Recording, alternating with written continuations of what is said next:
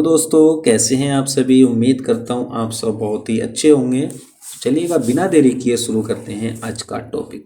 आज का हमारा जो टॉपिक है वो रहने वाला है एक्सेल का जो इंटरफेस है उसके बारे में हम जानेंगे। लास्ट टॉपिक में हमने जाना था कि एक्सेल को किस किस तरीके से ओपन कर सकते हैं। तो चलिएगा स्टार्ट करते हैं।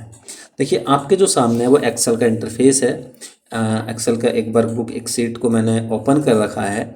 अब आपको सबसे ऊपर जो ये वाइट कलर की पट्टी नज़र आ रही होगी जिस पे लिखा है बुक वन माइक्रोसॉफ्ट एक्सेल। ये क्या है आपका, इसका नाम होता है टाइटल बार।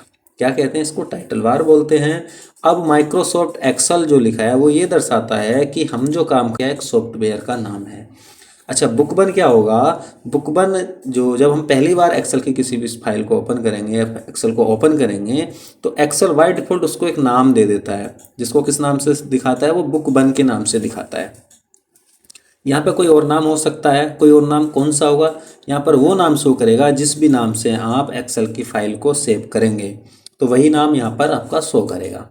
अब आप माइक्रोसॉफ्ट एक्सेल के जो लेफ़्ट साइड में नज़र आ रहे हैं कुछ बटन्स दे रखे हैं। जैसे फर्स्ट बटन आपको नज़र आएगा, ये जो बटन है ये क्या है आपका ऑफिस का बटन है।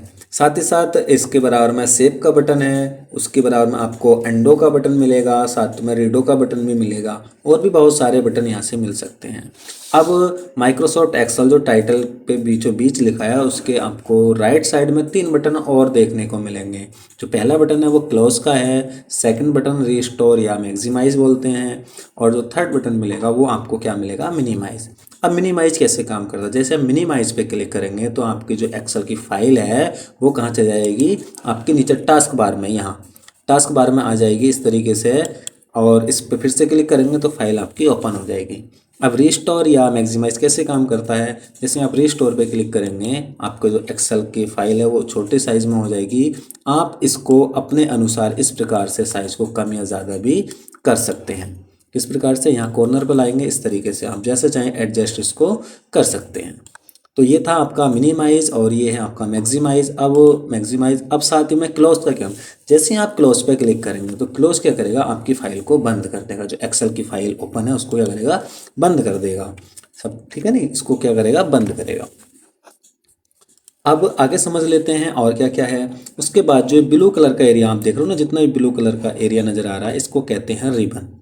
अब रिबन के अंदर आपको छोटे छोटे टैब्स मिलेंगे, जैसे होम टैब है, इंसर्ट टैब है, पेज लेआउट है, फॉर्मूला है, डेटा है, रिव्यू है, एंड व्यू है। ठीक है। अब हर टैब के अंदर कुछ कैटेगरी वाइज जो है चीज़ों को रखा गया है, टूल्स को रखा गया है, उनके बारे में हम समझेंगे। अब उसी के बाद ठीक नीचे जहाँ आपको नज़र आ रहा होगा ना A1, ये आपको A1 नज़र आ रहा होगा, ये क्या होता है, ये इसका बोलते हैं नेम बॉक्स। एक्सेल में इसको क्या कहा जाता है, इसको कहा जाता है नेम बॉक्स। ये क्या करता है, आपका जो कर्सर है या आप किस सेल पे इस टाइम एक्टिव है वो उसकी लोकेशन, देखिए मैं यहाँ पे हूँ तो ये क्या है H8, यानी कि मेरा जो कर्सर है जहाँ मैं एक्टिव हूँ, मैं जहाँ पे वर्क कर रहा हूँ वो कहाँ है, हमारा H8 पे है, तो इसको कहा जाता है नेम बॉक्स। साथ ही साथ F6 के बाद यहाँ पर देखिएगा आप, यहाँ पर इसको कहा जाता है फॉर्मूला बार। इसको क्या कहा जाता है, फॉर्मूला बार कहा जाता है। अब उसके बाद आपको ABCD जो दिखाई दे रहा है ना, ये इस तरीके से, इनको कहते हैं कॉलम। क्या कहते हैं, कॉलम बोलते हैं। और 1 2 3 के नाम से जो आते हैं उनको कहते हैं रो। अब एक रो एंड एक कॉलम मिलके क्या बनाते हैं, सेल बनाते हैं। ये जो बॉक्स डब्बा सा नज़र आ रहा है ना, इसको बोलते हैं हम सेल। क्या बनाते हैं, एक रो और एक कॉलम मिलके क्या बनाते हैं, एक सेल बनाते हैं। इसी को हम, जिसके अंदर हम वैल्यू को एंटर कराते हैं। साथ ही साथ आपको नीचे की साइड में सीट 1, सीट 2, सीट 3 मिल जाएंगी। किसी किसी में आपको केवल सीट 1 भी मिलेगी। 2010 के बाद के जो वर्जन है उसमें आपको केवल सीट 1 ही नज़र आएगी। और आपको यहाँ स्क्रॉल मिल जाएगा, लेफ्ट टू राइट के लिए स्क्रॉल होता है, और एक स्क्रॉल आपको मिल जाता है अप टू डाउन के लिए। साथ में आपको जूम का बटन मिल जाएगा, यहाँ से आप पेज को छोटा जूम कर सकते हो या यहाँ से जूम को आप बढ़ा भी सकते हैं इस तरीके से। तो ये था आपका छोटा सा इंटरफेस MS एक्सेल का, जिसके बारे में मैंने आपको बताया है।